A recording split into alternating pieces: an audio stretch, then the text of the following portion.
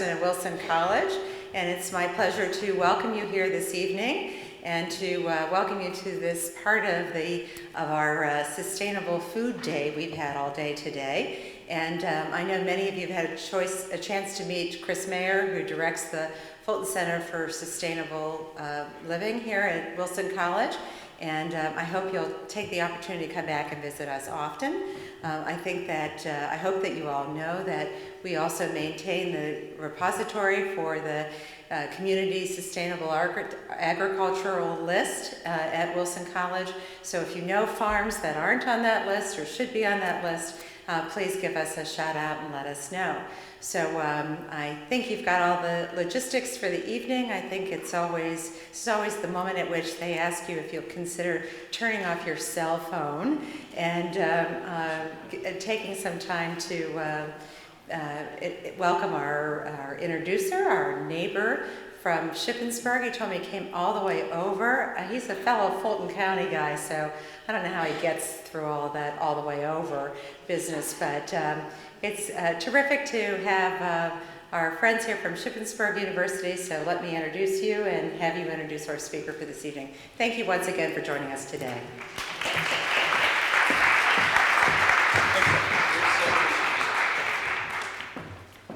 Evening, everyone. Thank you, President Mistick, for such a wonderful introduction, and thank you to all our friends here at Wilson for just an absolutely fabulous day focusing on food security and sustainable foods and such a beautiful venue for it.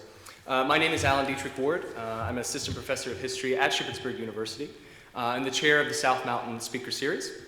The South Mountain Partnership is a wonderful collaboration between private citizens, businesses, nonprofit organizations, and government officials working to protect, preserve, and enhance this beautiful landscape here in central Pennsylvania.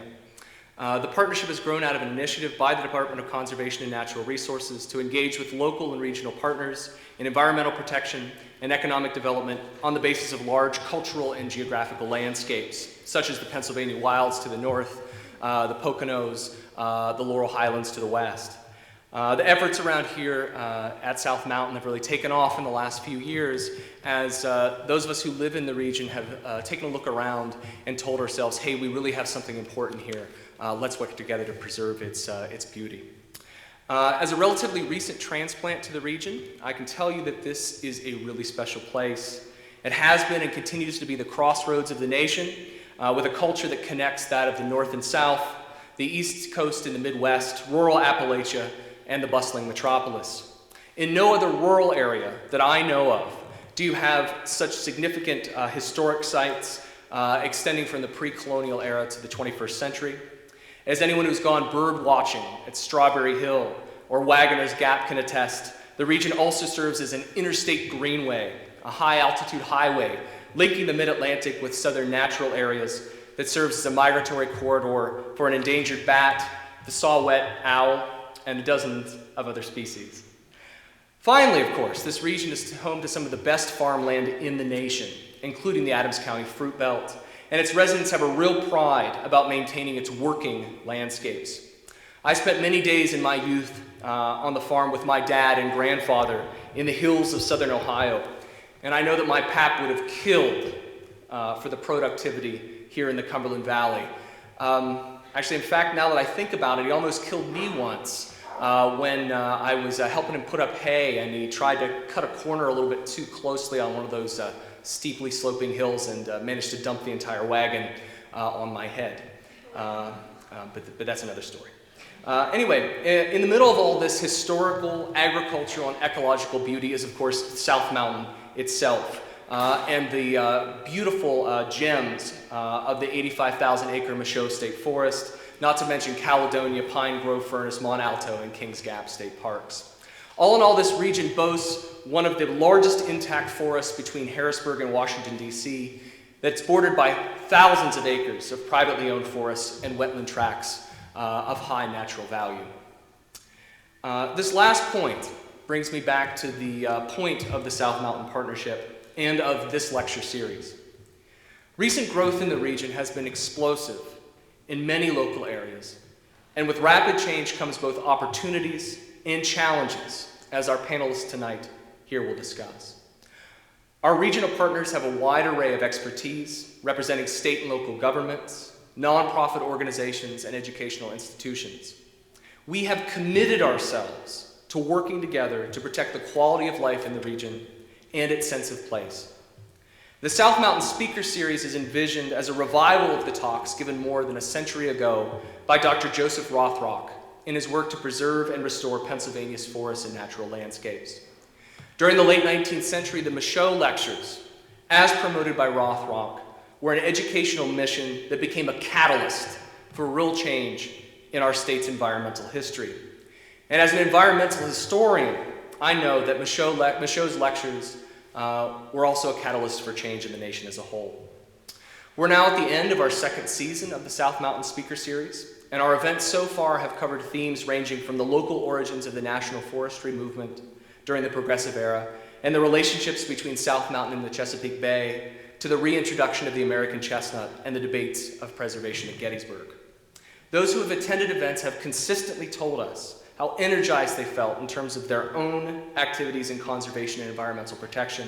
And judging from the wonderful turnout from the workshops today and here at this event, and from our stellar speaker and panelists, we can definitely look forward to another wonderful season in 2012. Before I introduce tonight's speaker, I'd like to thank members of the South Mountain Speakers Steering Committee and our wonderful hosts here at Wilson College, especially Chris Mayer here at Wilson. Additional sponsors for today's workshops and tonight's lectures include Healthy Adams County, the Capital Resource Conservation and Development Organization. Cheryl Burns has been our wonderful sponsor on the series for that. Generous funding for the event has been provided by the State Department of Conservation and Natural Resources through their mini grant program, and of course you, the taxpayers of the Commonwealth of Pennsylvania. Finally, on a related note, I'd like to single out the Commonwealth's Growing Greener program, which provided crucial funding for innovative and extremely effective public-private and state-local collaborations such as the South Mountain Partnership. Initially passed in 1999 under Governor Tom Ridge and renewed in 2005 by the Rendell administration, at its core, Growing Greener fundamentally changed the state's approach to cleaning up our rivers and streams, as well as a whole host of other projects, empowering community-based watershed groups to take their own initiatives to clean up their own watersheds using local partners. Despite national recognition, however, the Growing Greener program has now exhausted its funds. It is our hope that the current session of the General Assembly will recognize the importance of the program to the people of Pennsylvania and restore funding to this vital initiative. If you'd like more information about Growing Greener and its connection to the ongoing debate over the Marcellus Shale impact fee and severance tax, I'd be delighted to chat with you following the panel discussion. Without further ado, please allow me to introduce Mark Winnie, one of the nation's foremost authorities on food security. For 25 years, Winnie was the executive director of the nonprofit Hartford Food System, and while there, he organized community self-help food programs that assisted the city's low-income and elderly residents, and worked on numerous programs from the development of commercial food enterprises to community-supported agriculture. He was a member of the United States delegation to the 2000 World Conference on Food Security in Rome, and a 2001 recipient of the U.S. Department of Agriculture's Secretary's Plow Honor Award. From 2002 until 2004, he was a Food and Society Policy Fellow at the W.W. Kellogg Foundation and is currently a visiting scholar at Johns Hopkins University School of Public Health. Winnie writes, speaks, and consults on community food system topics, and is the author most recently of Closing the Food Gap and Food Rebels, Guerrilla Gardeners, and Smart Cooking Mamas, which, as of 4:45 this afternoon, were ranked 157,077 and 414,340 respectively on Amazon's bestseller list.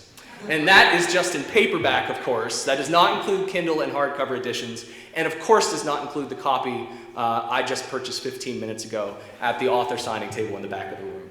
So without further ado, Mr. Mark Winnie.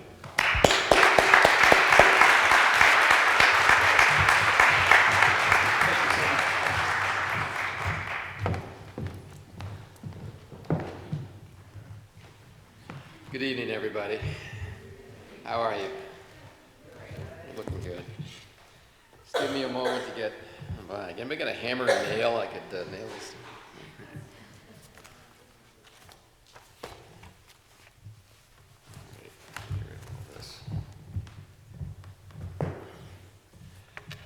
So yeah, well, yes. If you buy, I think 10 copies of my book tonight, I will move up about 200,000 points in Amazon. Yeah, it really does. It doesn't take much. It's like I thought, a lot of authors are accused of being completely obsessed with their Amazon ratings. I'm one of them. I saw you checking it on your iPhone. Yeah, I know, I was. That's right. It's not a good idea to have those things, but anyway. It is good to be here in this beautiful chapel. This is lovely. I love speaking in these kinds of spaces. It just feels like really important words have been said in places like this, and I'm honored to be here. I hope whoever has those spirits who inhabit this place kind of watch my back tonight and make sure that I can hold my own. I want to thank the Healthy Adams County for making it possible for me to be here, along with Wilson College and Dr. Mystic. Thank you very much. And the capital R, C, and D for the opportunity to share my thoughts about the state of our food system in America. I just, like a lot of politicians before me, I like to establish my roots. And in my case, my father grew up in Reading, Pennsylvania. And my sister currently lives in Hershey. And I've had the opportunity over the course of my career, which now is closing in on 40 years, to work with a lot of really good people throughout Pennsylvania during my time when I was in Connecticut, before I moved to New Mexico. Had a chance to work with many state agencies, nonprofit organizations, even some farmers here. So it's really a pleasure to be back in Pennsylvania and to share my thoughts. Again, Dr. Mystic this afternoon reminded me as well that you have the honor of housing the Robin Van An Center. Is it the center or institute? Yeah, the center. And Robin Van An was a personal friend of mine and inspired me, 15 or maybe even going back 20 years now, to become involved in community-supported agriculture. I told this story a little bit earlier today about how I had learned, through her about CSAs, community-supported agriculture, and I became very interested in how I could connect that movement, that idea of getting good local food, to the low-income communities that I was working with in Hartford, Connecticut at the time. How could I create some marriage between this interest in sustainable food and social justice? I wanted to be able to bring those together, and Robin was always a very kind and generous and compassionate person who helped me to realize that dream, which we were able to do through the creation of what later became known as the Holcomb Farm Community Supported Agriculture Farm. So, I remembered that the CSA movement collection had kind of been brought here, and that it would have been named after Robin Van An. So it's really a treat to be here in her honor. And I'll actually dedicate this talk to her tonight. I don't have to tell anybody here, I don't think, that food is a really big deal these days. I mean, it has become really big. It's in all the papers, it's in stories, Michelle Obama, the list goes on and on. But I tell you, the moment when I really realized how big food had become occurred about 2 years ago and it came from my mother, my 85-year-old mother, who lives in the Shenandoah Valley in Virginia.